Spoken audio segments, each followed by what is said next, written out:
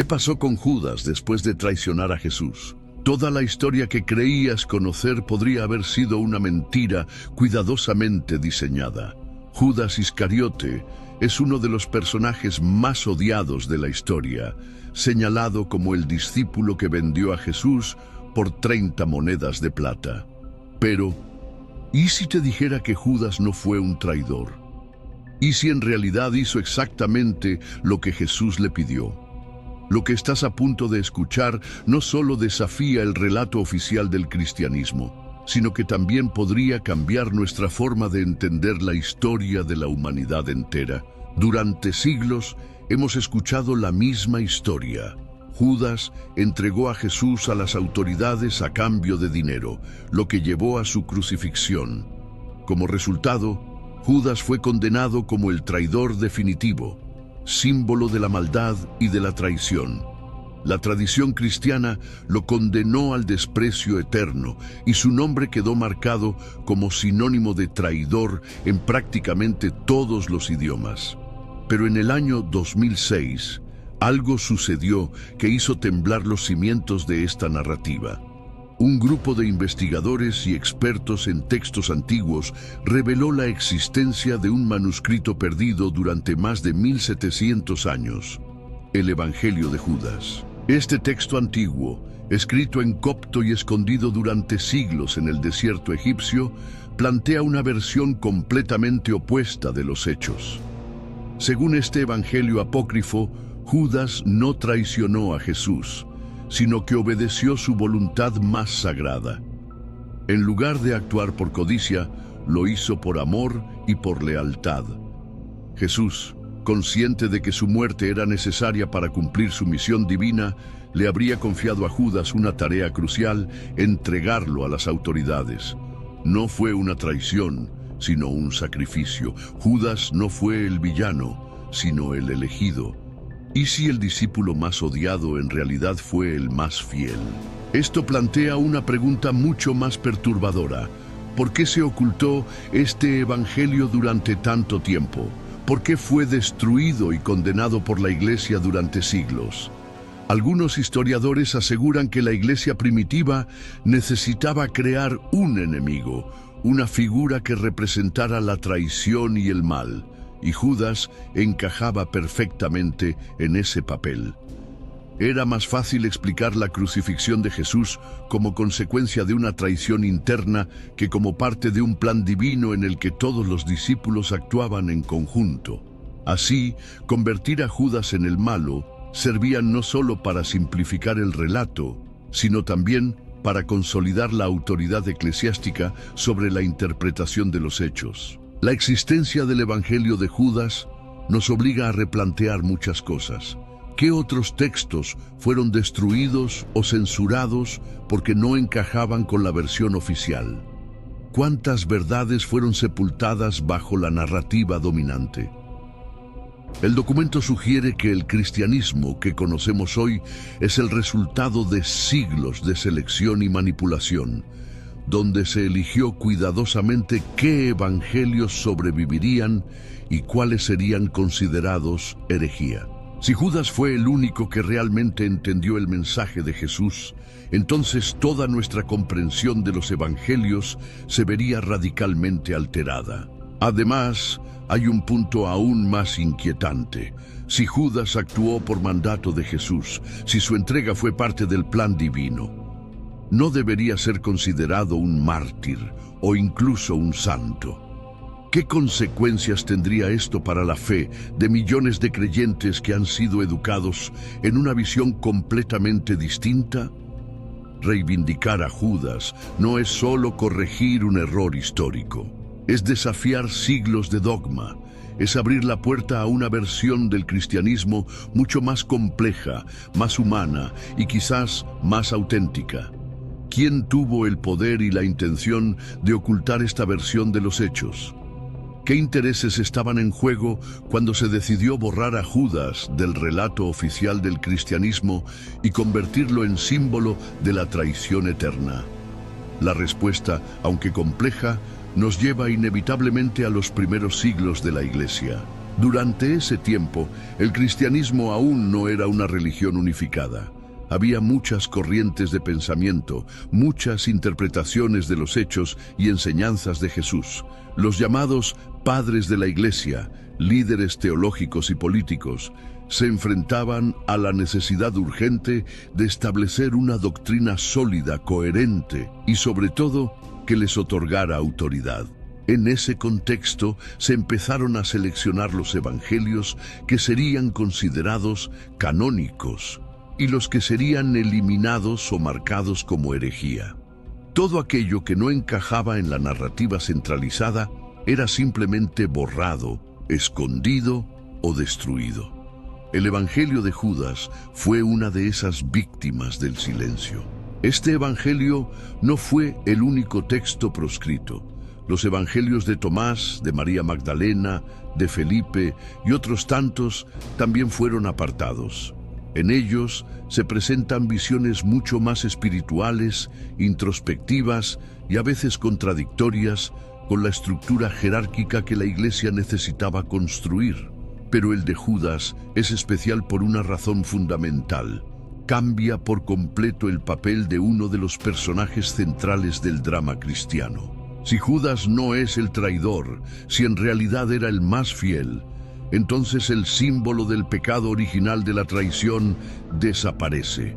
Y si desaparece, también se derrumba una parte del edificio doctrinal que construye la culpa, el perdón y por lo tanto la necesidad de mediadores entre Dios y el hombre. Es decir, si Judas no traicionó a Jesús, la estructura misma del cristianismo como religión institucionalizada cambia radicalmente. Eso, para algunos, era inaceptable. La Iglesia no solo buscaba unificar la fe, sino también consolidar el poder. Y no olvidemos que el cristianismo primitivo tuvo que sobrevivir en un imperio romano hostil antes de transformarse en religión oficial del mismo imperio. Para lograrlo, se necesitaba un relato compacto, contundente y fácil de transmitir. Un mensaje claro: Jesús fue traicionado por uno de los suyos, murió por nuestros pecados, resucitó y fundó una iglesia. Fin. Agregar matices, contradicciones o mensajes más espirituales y menos institucionales no servía a ese propósito. Por eso, los textos alternativos fueron tachados de peligrosos. El Evangelio de Judas, por ejemplo, ni siquiera se descubrió completo. Lo que hoy conocemos son fragmentos restaurados de un códice dañado, enterrado y olvidado durante siglos. ¿Por qué estaba enterrado? ¿Por qué alguien lo escondió con tanto cuidado si no era más que una simple mentira? ¿Qué miedo se escondía detrás de sus palabras? El texto en sí revela una relación íntima entre Jesús y Judas. Lo llama el discípulo más iluminado, el único que verdaderamente comprendía su naturaleza divina y su misión trascendental. En lugar de reprenderlo, Jesús lo elogia. Le explica que su papel es necesario, que es parte del plan divino y que solo a través de su entrega podrá cumplirse el propósito espiritual del Mesías. Esta visión presenta un Jesús profundamente consciente de su destino y un Judas como colaborador voluntario en ese proceso, no como traidor. Incluso se insinúa que los otros discípulos no entendían realmente quién era Jesús, y que fue Judas quien tuvo acceso al conocimiento verdadero, al misterio sagrado. Es una narrativa que sacude los pilares mismos de la enseñanza tradicional, y es precisamente por eso que fue sepultada. La pregunta que debemos hacernos no es solo si este evangelio es real o no, sino por qué su contenido incomoda tanto. ¿Por qué la posibilidad de que Judas haya sido leal resulta tan perturbadora? ¿Por qué el cuestionar una figura tan demonizada despierta tanto rechazo? Quizás porque pone en evidencia cómo la historia, incluso la historia sagrada, ha sido escrita por los vencedores. Y en este caso, los vencedores fueron aquellos que lograron institucionalizar la fe, quienes decidieron qué era verdad y qué debía ser condenado al olvido. Pero ahora que este texto ha salido a la luz, aunque fragmentado, aunque incompleto, ya no puede ser ignorado. Nos obliga a mirar con otros ojos no solo a Judas, sino a todos los relatos que aceptamos como absolutos. Porque si Judas no fue un traidor, sino el instrumento de la voluntad divina, entonces, ¿qué más de lo que creemos podría estar al revés? Aceptar que Judas pudo haber sido el más fiel de los discípulos no es solo un giro histórico o teológico, es una bomba espiritual que nos obliga a cuestionar la naturaleza del bien, del mal, del sacrificio y de la obediencia divina. Si Jesús pidió a Judas que lo entregara, ¿qué significa realmente la traición? ¿Puede un acto considerado atroz por la humanidad ser al mismo tiempo un acto sagrado? Este dilema nos empuja a reconsiderar los límites de la moral, de la obediencia, del amor verdadero. Judas, en esta nueva luz, se convierte en el paradigma del discípulo que acepta el odio eterno del mundo con tal de cumplir la voluntad de su maestro. Un acto de devoción tan extremo que desafía cualquier lógica religiosa convencional. ¿Y si su sacrificio no fue solo físico, sino también espiritual y simbólico? ¿Y si aceptó no solo entregar a su maestro, sino también cargar por toda la historia con el estigma de la traición, sabiendo que jamás sería comprendido? Lo que el Evangelio de Judas insinúa es perturbador, pero también profundamente humano. Nos muestra a un Jesús que no es solo un mártir, sino un estratega espiritual consciente de cada paso, y a un Judas que no actúa por codicia, sino por amor absoluto y comprensión. Esta visión rompe con la narrativa del bien contra el mal para proponer una visión más compleja, la del propósito divino que a veces se esconde tras gestos que a simple vista parecen imperdonables. Nos lleva a pensar que no siempre el héroe es quien parece serlo, ni el villano quien la historia nos enseñó a odiar. Tal vez la verdadera traición no fue la de Judas, sino la de aquellos que silenciaron su versión de los hechos. Aquellos que, al tener el control sobre los textos, los concilios y las escrituras, moldearon una narrativa conveniente, efectiva, funcional, pero no necesariamente verdadera. Y esto nos lanza a una pregunta que va mucho más allá del ámbito religioso.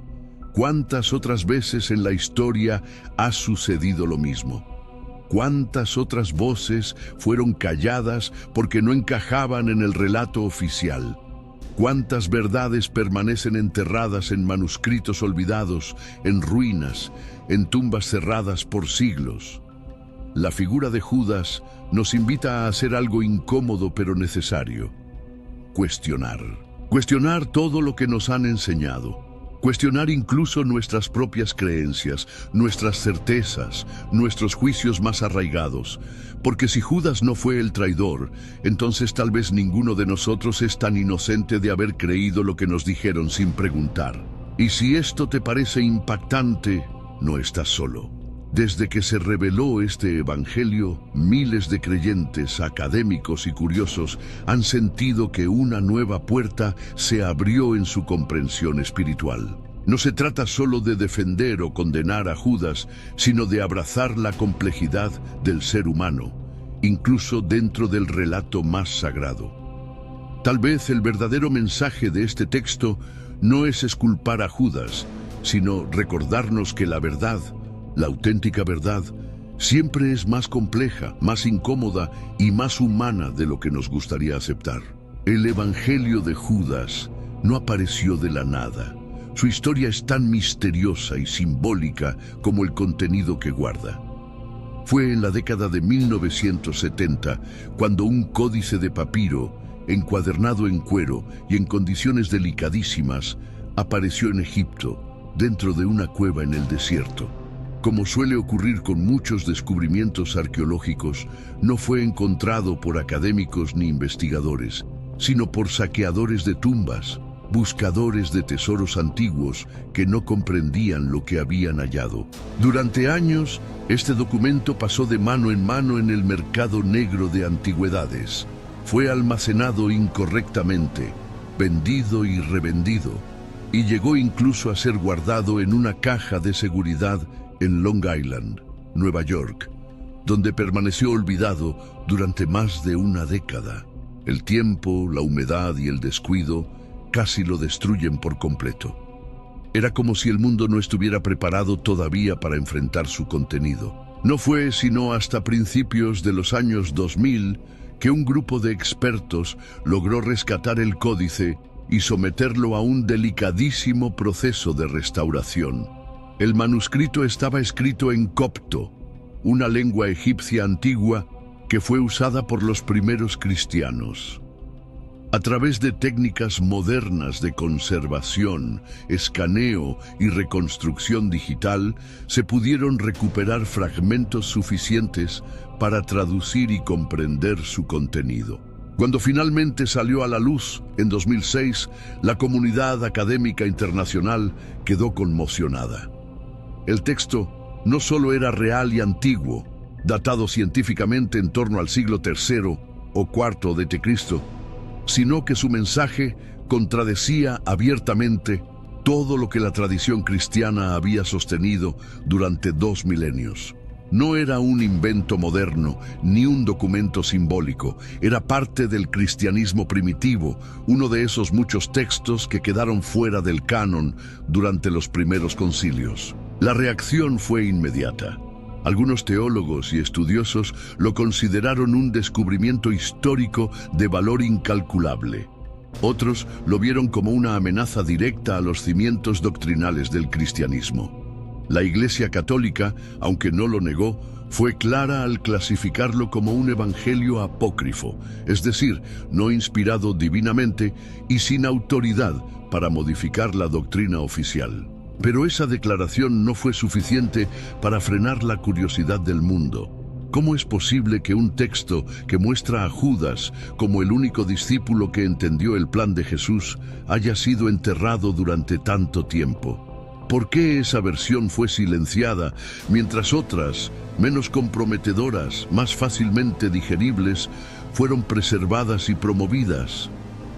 No es sospechoso que los relatos que se impusieron sean precisamente aquellos que otorgaban más poder a la estructura eclesiástica naciente. Y aquí llegamos a una verdad difícil de ignorar. La historia de las religiones no es solo una historia de fe, sino también de poder, de decisiones políticas, de silencios cuidadosamente seleccionados, de textos aprobados y textos condenados. El cristianismo que llegó a nosotros es el resultado de una serie de decisiones humanas, tomadas por líderes que definieron qué era ortodoxia y qué era herejía. Textos como el Evangelio de Judas nos muestran lo que quedó afuera, lo que se consideró demasiado subversivo, demasiado peligroso o demasiado revelador. Es una ventana a un cristianismo más diverso, más caótico, pero también más rico. Un cristianismo donde no había una sola verdad, sino muchas voces que trataban de entender el misterio de Jesús desde distintas miradas. Entonces, no se trata solo de reivindicar a Judas, se trata de entender cómo la historia fue contada, de aceptar que muchas veces nos hemos aferrado a versiones incompletas, simplificadas, manipuladas, que otras verdades han sido enterradas por miedo a que cambien todo lo que creemos, que otras figuras demonizadas por la historia podrían esconder en realidad una fidelidad más profunda de lo que nos atrevemos a imaginar. Tal vez Judas no sea el único. Tal vez la historia de la humanidad esté llena de mártires incomprendidos, de voces silenciadas, de piezas que nunca encajaron, porque nunca nos permitieron ver el rompecabezas completo. Entonces, ¿qué hacemos ahora con Judas? Después de todo lo que hemos visto, leído, descubierto, ¿seguimos llamándolo traidor? ¿Seguimos permitiendo que su nombre sea sinónimo de cobardía y traición? ¿O nos atrevemos a mirar más allá, a abrir los ojos ante la posibilidad de que la historia, incluso la más sagrada, haya sido editada, moldeada, manipulada. Tal vez no podamos saber con certeza absoluta cuál fue la verdadera intención de Judas. Pero lo que sí podemos y debemos hacer es cuestionar la versión única que nos han enseñado. Entender que la historia religiosa también es una construcción humana y que en esa construcción muchas piezas se perdieron o se ocultaron, tal vez intencionalmente. El Evangelio de Judas no solo reescribe un episodio clave de la tradición cristiana, nos obliga a enfrentar una verdad incómoda, y es que durante siglos hemos repetido sin pensar una narrativa que posiblemente fue construida para servir a estructuras de poder. Y cuando esa estructura se ve amenazada por una versión distinta, más humana, más compleja, más real, lo más fácil ha sido siempre silenciarla. Pero hoy, tú ya escuchaste otra versión. Ya sabes que existe. Ya sabes que hay un manuscrito de casi 2000 años que dice que Judas fue elegido, no para traicionar, sino para cumplir. Y eso, te guste o no, cambia todo. Ahora te toca a ti decidir qué creer. ¿Fue Judas el mayor villano de la historia? ¿O el discípulo más leal, capaz de cargar con el odio? Opinión en los comentarios. ¿Crees que la historia de Judas fue manipulada? ¿Te atreves a imaginar un cristianismo donde Judas es santo y no traidor? Suscríbete si quieres seguir explorando los secretos, los textos prohibidos y las verdades ocultas que nos negaron durante siglos. Y recuerda, la historia no siempre la cuentan los que tenían la razón, sino los que tenían el poder. Nos vemos en el próximo video.